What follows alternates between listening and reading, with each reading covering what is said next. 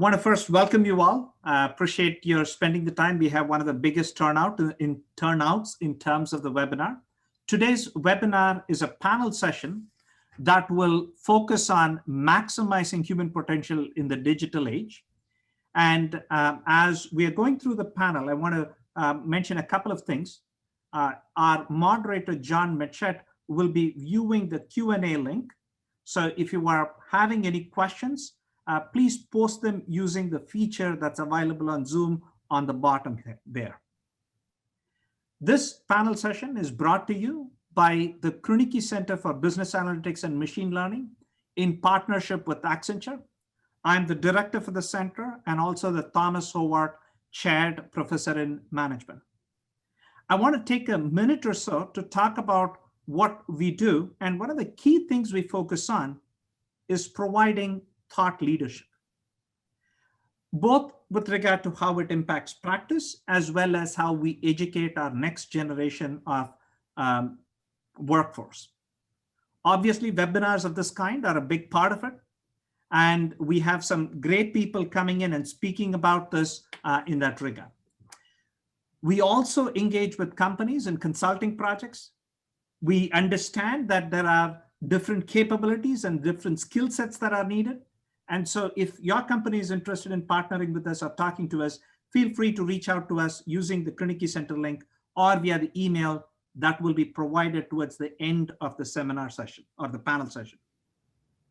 The benefit we get is our faculty get access to the data sets that they can work on, and you get to experience the expertise that these faculty members bring in as well. On the student side, again, they get the experience as well as, again, you get to benefit from the work that they've done as well. So with these elements in place, let me move now to talk about what today's topic is. I want to highlight a couple of things, and these were changes that were happening well before the pandemic hit. And we have many experts on this panel even to talk about these. Digital transformation was coming in and dramatically changing how the industries were working, we as a society were working, etc. Let me give you a couple of examples, right? This Peloton, which is a gym equipment, is trying to compete in that same market, affecting how the gyms operate. Now think about a different company in the ag space. Bayer Monsanto, they are not just wanting to now sell the seeds to the farmers, they're now thinking about revenue share agreements with the farmers so that Bayer Monsanto will help the farmers grow the seeds, right? These are very different ways of doing business, and they're becoming very, very salient. Now, with this, add this mixture about this pandemic as well, this has created a very interesting dynamic as well. World Economic Forum recently said we're going to lose about net 87 million jobs by 2025.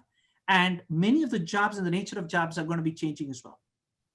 Today, when we think about these issues, as a manager, you might be worrying about how do I think about my next workforce? How do we train about how should we be recruiting? What should we as educational institutions be thinking about? These are all great questions to think about. And we have a great group of people who are going to be panelists whose daily job is to think about them, right?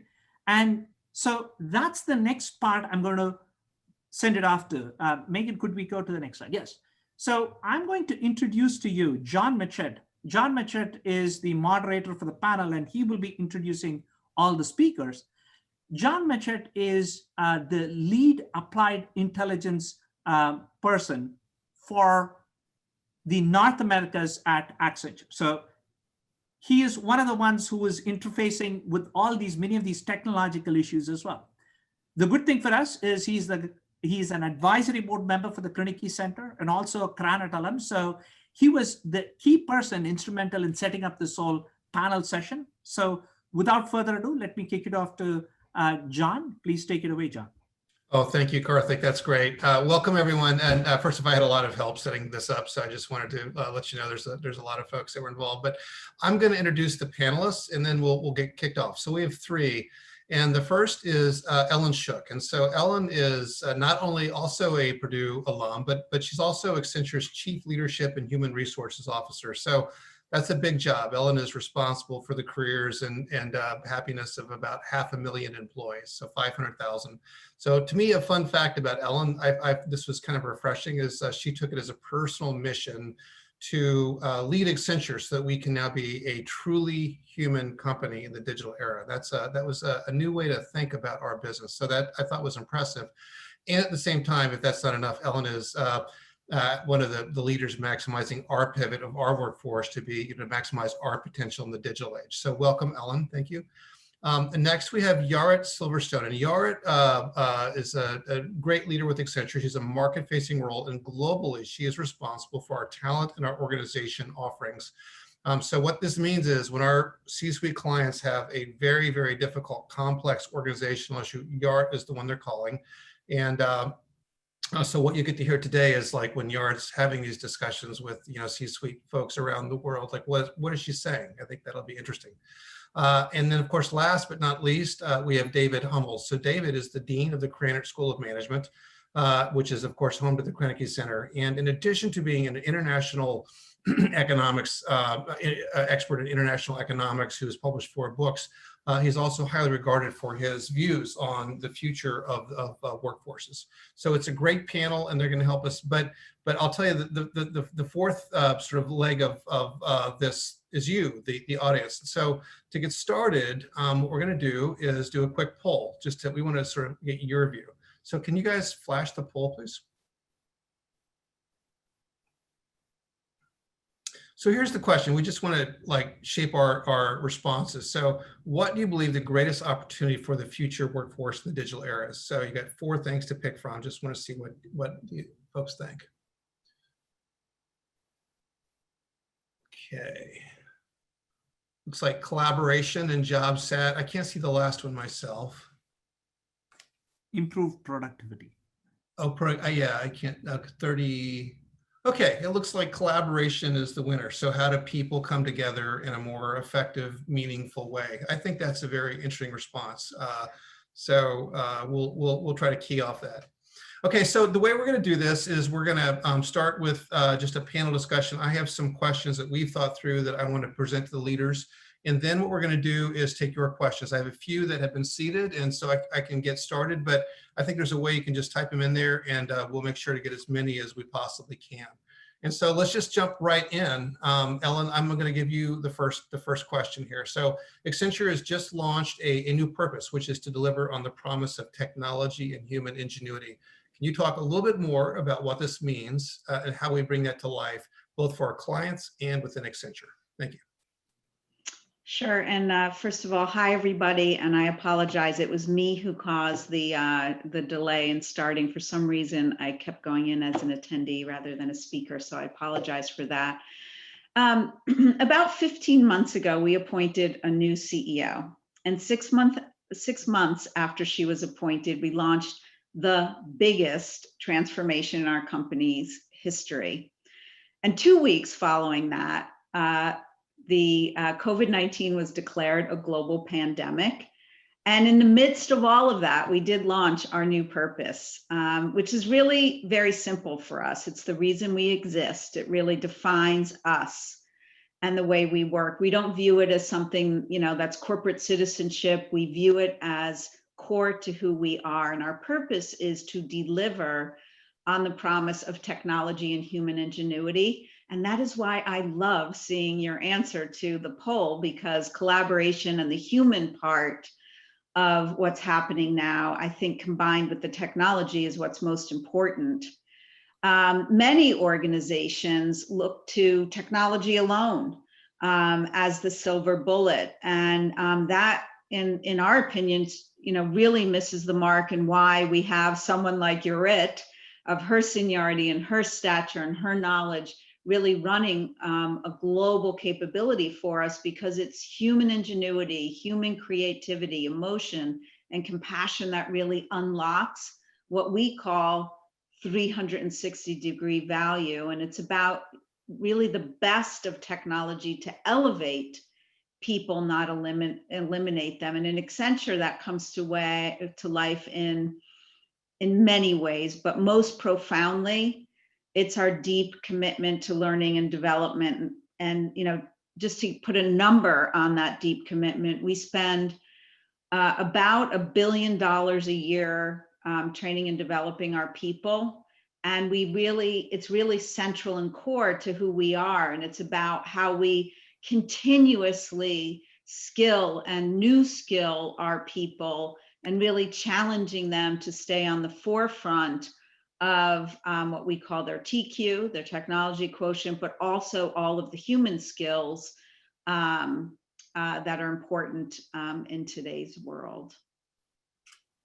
Thank you, Ellen. That was great. That was great. Okay, so we're going to pivot now, and Yaret, this one is going to be for you. And so you of course talk to clients every day from all over the world. So here's the question. So where and how should organizations be investing to maximize results of human and machine? Can you offer some examples of how this is done exceptionally well with your work with clients? It sounds like the answer needs to involve collaboration, Yaret. I'll just give you that one. You're giving me a big hint. And actually, Ellen started down this track. I think the answer has to involve actually humans and treating humans as people who have emotions and who are engaged in the workforce in a way that captures their imagination, that captures their desire to participate and bring everything that they have. So I think one of the big things that we focus on, obviously, is bringing the capability of technology to all of our organizations, and that serves as a backbone for creating capability.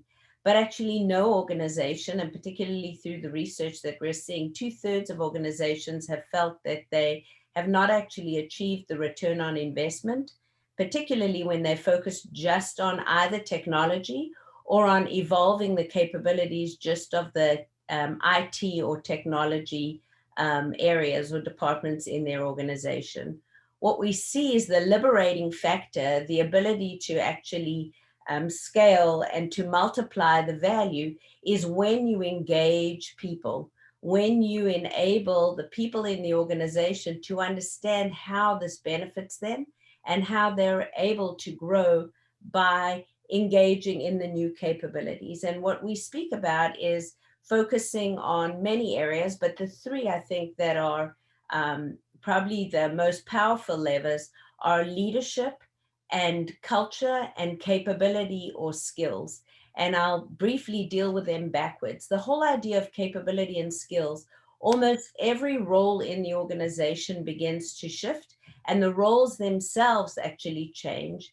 There'll be literally, hundreds of thousands of new roles that are emerging, and many of the roles that exist today are either changing because of the way that they're structured, or will not exist at all. And so it is the responsibility of organizations and of individuals to start what we call new skilling. So building those capabilities so that you can be successful and occupy the roles of the future. So that's one space.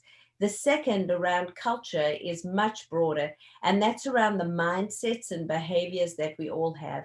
It's about being in an environment that values you as a human, that allows you to be innovative, that rewards you for collaborating, and that what we see is an enormous democratization of the workforce, which means that decisions and capabilities and information does not just sit at the top, but it's available to everyone. But unless you're able as an individual and then as multidisciplinary teams to take advantage of that, there is no added value that will occur. And maybe the last, around leadership, we think about leadership in at least two different ways. One is executive leadership, whose role has shifted. As I said a moment ago, they're not the keeper of the keys in terms of data and insight and knowledge, but what they are, I love what Ellen said, they liberate the organization by providing a purpose, by providing guidelines, by enabling the organization to understand what the trade-offs need to be, how they deal with the paradoxes that exist, So that's one space that role changes dramatically. And the other role that changes in the organization is leadership in the middle. Those supervisors, those managers, those leaders that used to define themselves by having access to information, by instructing, all of that begins to disappear and to dissipate as people are able to do that because they have direct access, because they can make decisions, because they're collaborating, and the operating model shifts to support that. So that's what I would say, John. Thank you, Yarat. That was, what a great answer. Hey, so David, we're going to shift to you. I want to pick up on a few of the themes that Yarat was highlighting and sort of explore them from your chair. So you, among the many things that you do, you run a very large educational institution, of course. And so as we look at the talent pipeline, how can educational institutions enable the synergies between human and machines to help prepare the future workforce and the rapid reskilling of today's workers? So what would your thoughts on that be? Yeah, so I think it helps to take a kind of macro historical perspective on some of these issues. A lot of the things that people are worried about today have resonance in what's happened repeatedly over the last couple of centuries. And so I'm gonna think just about tools here. Tools could be something you hold in your hand, or they could be giant pieces of earth-moving equipment, or robotic assemblers, or machine code. Those are all tools. And a tool requires a user. And for the foreseeable future, every workforce changing tool we could think of is going to need a user. So when we look back historically, how does the workforce adapt when new tools come about? Work doesn't go away, but does change in two really important ways.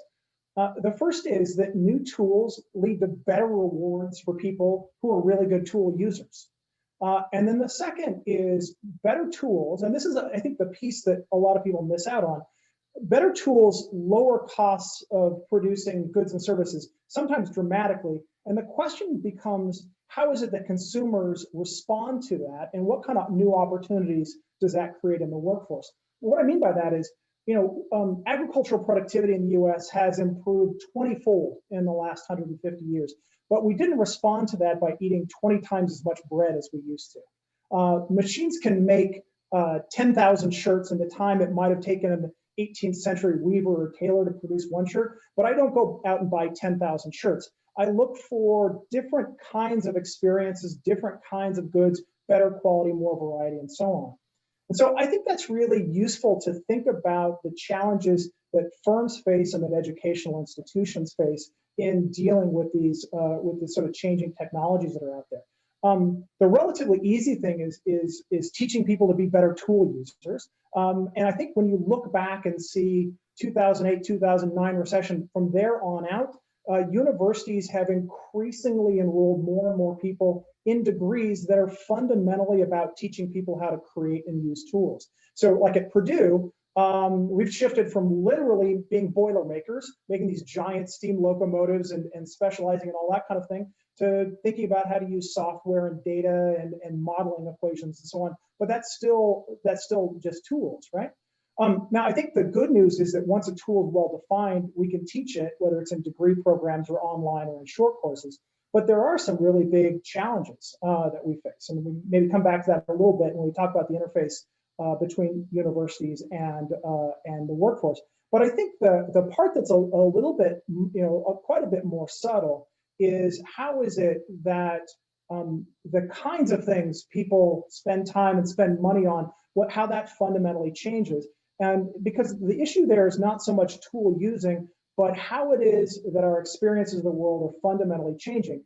Those are much harder things for us as educational institutions to try and develop for people. We've got some ideas that we can share about how that's going to look in the future. But I think if you looked out there for degree programs like, what is it that people really want? You're not going to find too many that look like that. So we have to think a little bit differently about how you not just lower the costs of goods and services, but use the opportunities that new tools create to expand the possible things that people are going to want. Thank you, Dean Hummels. That was great. All right, so what we're going to do now is we're going to stay on the topic of human potential, but change the emphasis a little bit. And so we're going to talk a little bit about responsibility and equality.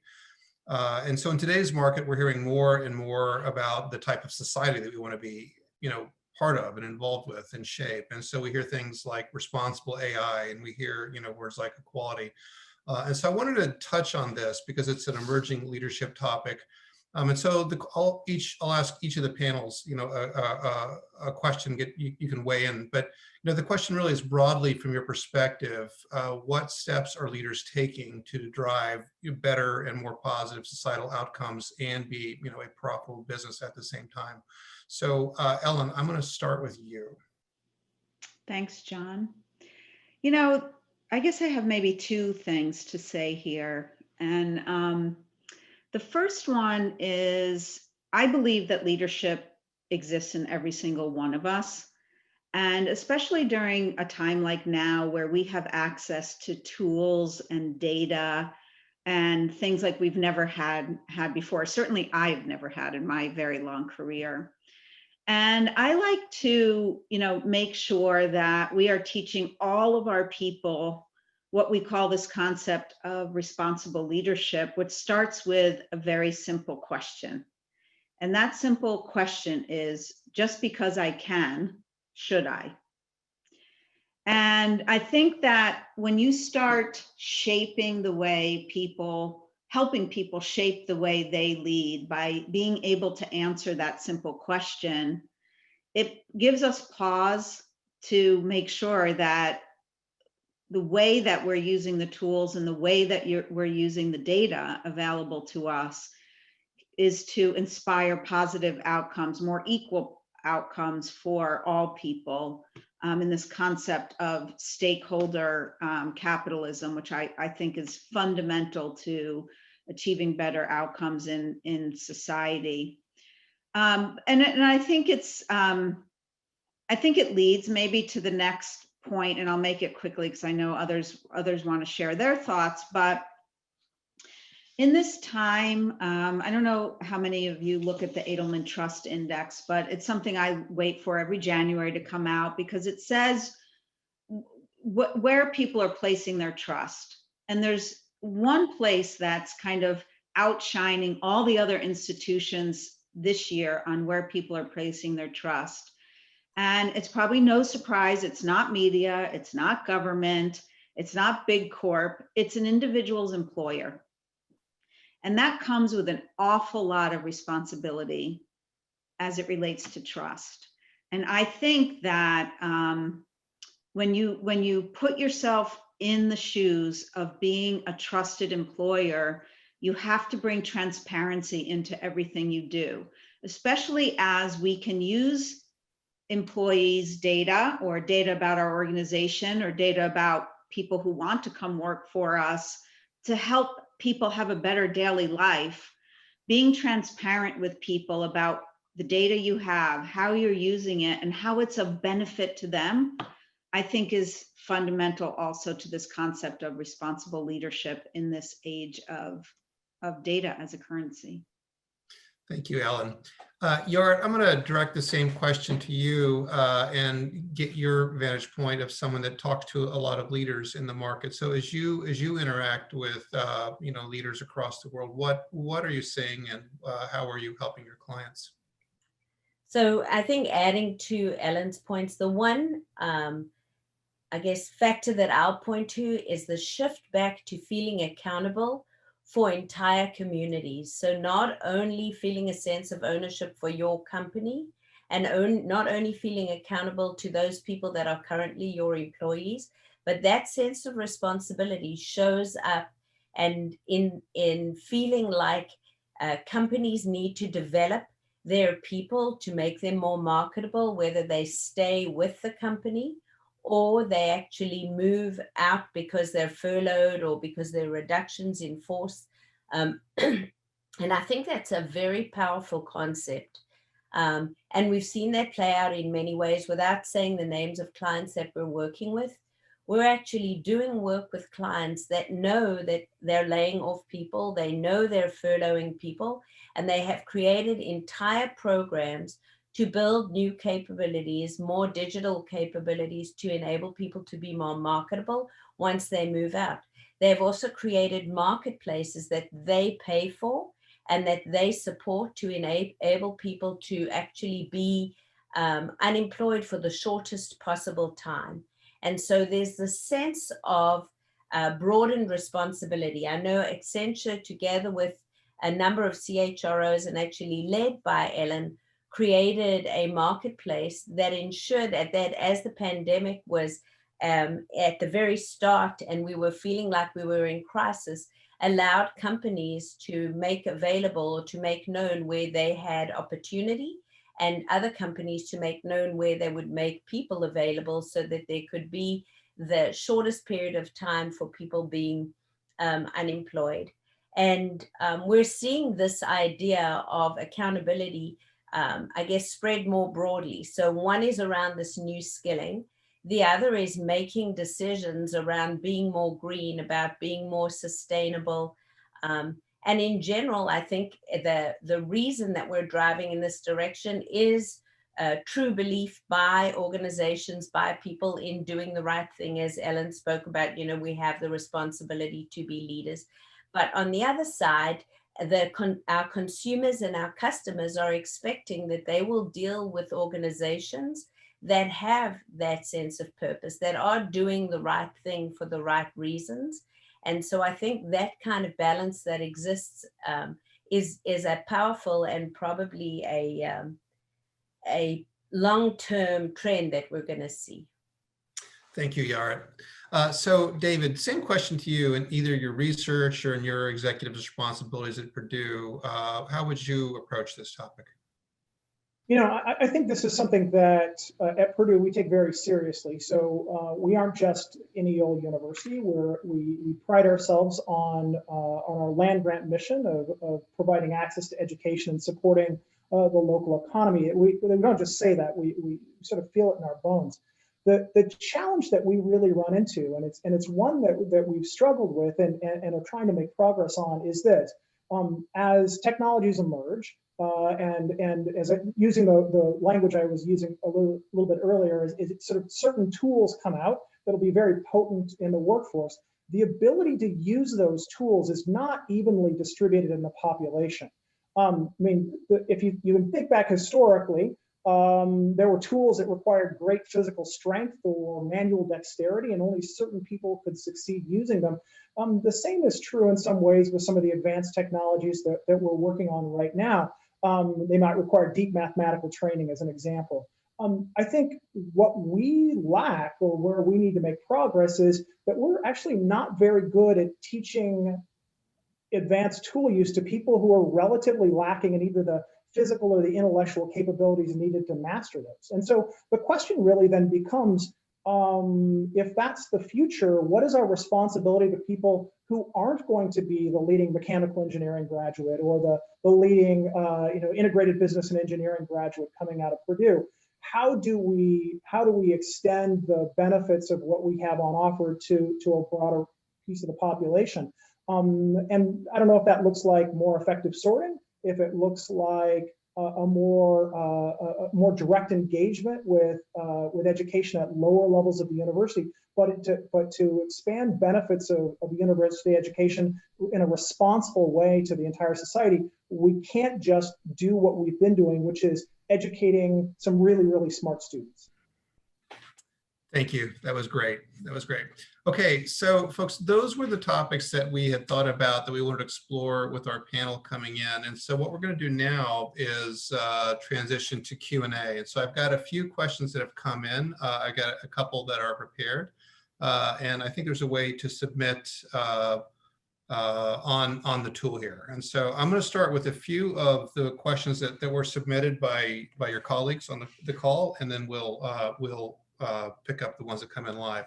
So Ellen, I'm going to start with you again. This has come in from a Purdue student. I won't share the name, but it's a student. And here's the question. In this digital age, is there a new form of leadership that is less hierarchical and more cooperative, distributed, and more interactive to be effective? And I thought of you, I know you discussed some of the organizational changes that we made, and one of the concepts was center-led, which I think is getting to the heart of this question. And so can you tell us a little bit more about what that means? Sure. Well, first of all, the fact that, the cloud and running technologies in the cloud enables us to kind of push data out far in the organization to the point of where all kinds of decisions are being made. Hiring decisions, decisions about product, decisions about service and shaping. It really takes the concept of leadership as well and pushes it way out into kind of what I'll call the front line of the organization. And a center-led organization, which we have just kind of transitioned to, simply means that we provide the access to information, data, tools, training, in real time, on demand, out in what we call the field, out on the front line, the people who are serving our clients. And the center, people like me, are no longer measuring and monitoring and managing people. We're simply providing kind of the guardrails in which people have the freedom to move fast. Because if there's one thing that is defining this era, and even more so as we're experiencing 3 simultaneous crises, is speed. And so organizations that can wrap their mind around, we get a lot of questions like, how do we know our people are actually working when they're not in the office or in wherever the workplace is? One is trust, and 2, you got to be able to move fast and move faster than you ever have before, and to stay relevant to your customer, to your clients, and to your employees, frankly. Okay, well, thank you, Ellen. That was good. Okay, so the next question, Yart, I'm going to do a synthesis of one that came in from an Accenture employee and then one from a Purdue student. And so this deals with the pandemic. So obviously we're in a new situation. And so here's the question. How have you helped your clients remain human and people-centered during the COVID crisis, and how has your work changed during the pandemic? Okay, let me start with kind of at the start of the pandemic. I think the very first act that we took and that we worked with our clients to take was to be more human-centered. So focusing on the health and the safety of every single person. Are you in a safe space? How are you doing from a health perspective? And really setting aside the need to remain productive and, what are you delivering for work? And that immediate caring, that immediate focus on people really has paid off for companies that did that. Even in the longer run, although we're still in this space. The second was really a focus on connectivity. So how are people able to remain connected, not only with their work, but with their support systems? And actually, we've seen a lot of organizations demonstrate amazing resilience. And, after an initial moment, people coming back, being productive, engaging with each other. The difficulty, though, has been for everybody is this amount of, first of all, a new need to balance and the amount that's going on at the same time. So you're at home, you're working, you're taking care of whatever your family members are, whether it's children or elderly. And that's actually put a lot of pressure on individuals. And so we actually track how people are feeling. We have a longitudinal study. And what's interesting is at the very beginning, people were feeling positively or negatively towards their organizations, depending on how much they felt seen as individuals and how well they were cared for. Then there was this sentiment that working from home was amazing and this is a long-term thing and people never want to return to work. And now we're seeing a 50-50 kind of mix where people really want to have a hybrid model to work from home whenever they would like to, to be able to go in and have more connection. And what this means for us as organizations is we actually have to create solutions that are hybrid solutions that take into account the needs at the individual level and allow people to make choices that actually suit what they need at the time, at the same time as balancing those opportunities where you can do individual work, where you need to do joint work and collaboration. So I would say the response from organizations is being able to focus on the individual, to focus on being human in the long run. So it wasn't just for a moment, but as an organization, focus on your people, and then use technology to understand the needs of every single person and allow us to respond in bespoke or individualized, personalized ways. Okay, thank you, Yart. That was great. So the next question is, I'm going to direct for David. And so David, this gets to the heart of like, how do we actually maximize human performance in the future? And so the question is, as robots and software take on more work, how should companies better leverage their people for growth and innovation? So how do humans become, more effective and more productive? Yeah, so I think I'm going to go back to part of my answer from earlier. When we sort of think about this distinction between sort of tool users and folks who expand the scope of what's possible. I think the part of that that's easiest for us is we see new tools come along. We see the kinds of investments we need to make in helping people to understand how to use those tools. That's actually fairly straightforward. But I think the really interesting part of this becomes when you start to imagine what could be different, what else you could do, how you could add different kinds of value propositions to consumers or to customers. And I think really what that takes is a different conception of what it is that people have to offer. So I'll give you a very specific example of this. We're very focused right now on how it is that we improve outcomes around the diversity of our student population and the diversity of our graduates that we can supply to the workforce. And a lot of that is not just sort of what's the right thing to do. It's recognizing that companies need a more diverse workforce in order to think of the problems that they aren't currently addressing, to think about customer populations that they don't know how to reach. And so I think when you conceive of sort of human potential around imagining what it is that people might want, not a fixed set of goods and services, imagine how the future could look different. It brings in a very different sort of skill sets. It brings in different value of past experiences and so on that a very clever company can harness to great effect. Okay, thank you, David. Okay, so the next question coming in, I think it was tailor-made for Ellen. So when I launched, Taylor, make it for me, John.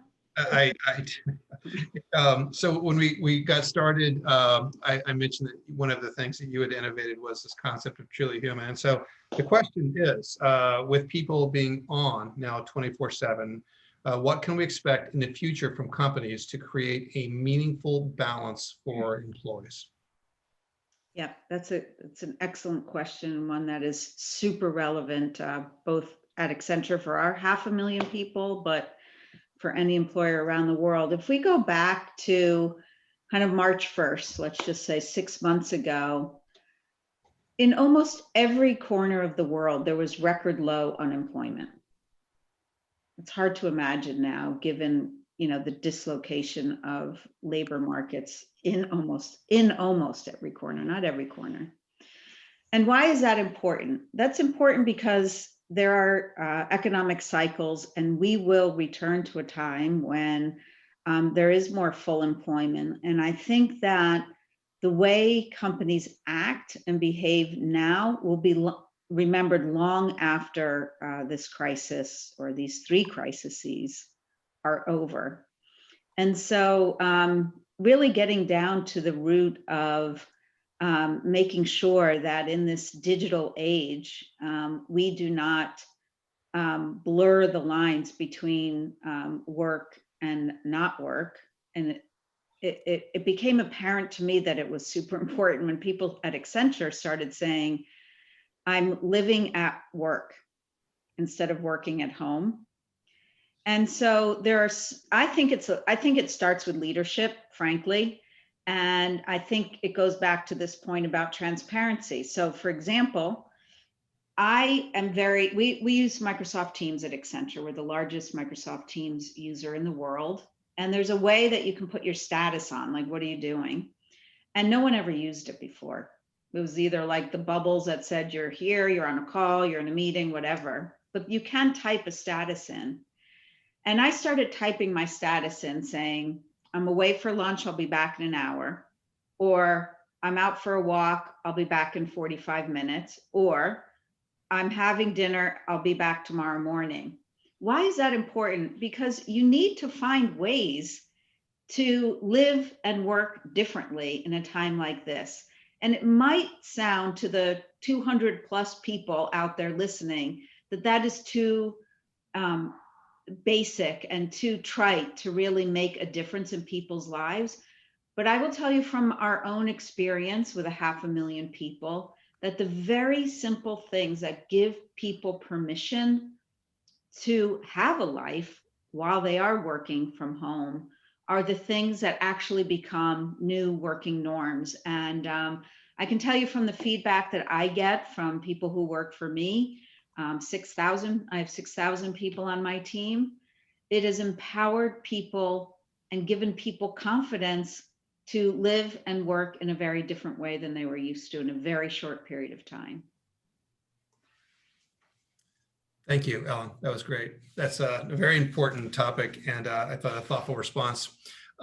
David, we're going to shift to you. I got one question coming in from, I presume it's a Purdue student, and so this is about your teaching strategy. And so the question is, how has and will Purdue shift their strategy to teach students critical technical skills for companies similar to Accenture that we think are useful, but also to balance the necessary soft skills such as presentation, being ethical, personable.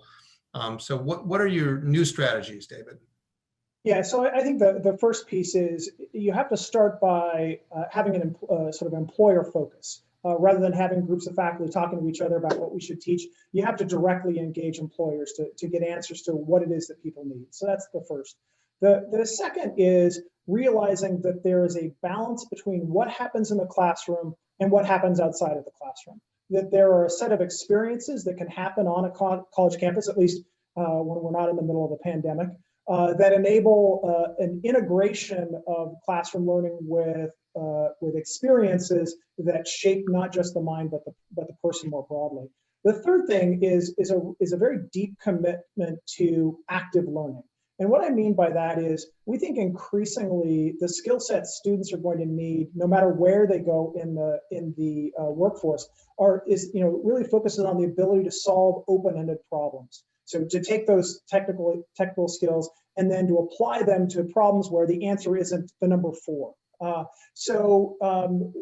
Increasingly what we're doing in the classroom, both in the physical structure of the classroom and how we organize our time together, is around helping students to work on open-ended problems and that force them to do that kind of integration that you're talking about. Okay, thank you, David. I want to pick a related, there's a question there, I think, which sort of flows from what David was talking about. And Yor, this is for you. So we've talked about your client responsibilities, but you also run a very large practice in Accenture, so you're personally responsible for the care and feeding and nurturing of a lot of professionals. And so picking up where David sort of left off, the question here is the pool of talent coming out of the collegiate level commensurate to the client needs? And what skills are you looking for? And basically, how do you go target resources for what you need in market? Yeah, so I don't know if we're gonna do a moment. We are looking for people now, and I'll tell you what we're looking for. So if you're interested, let us know.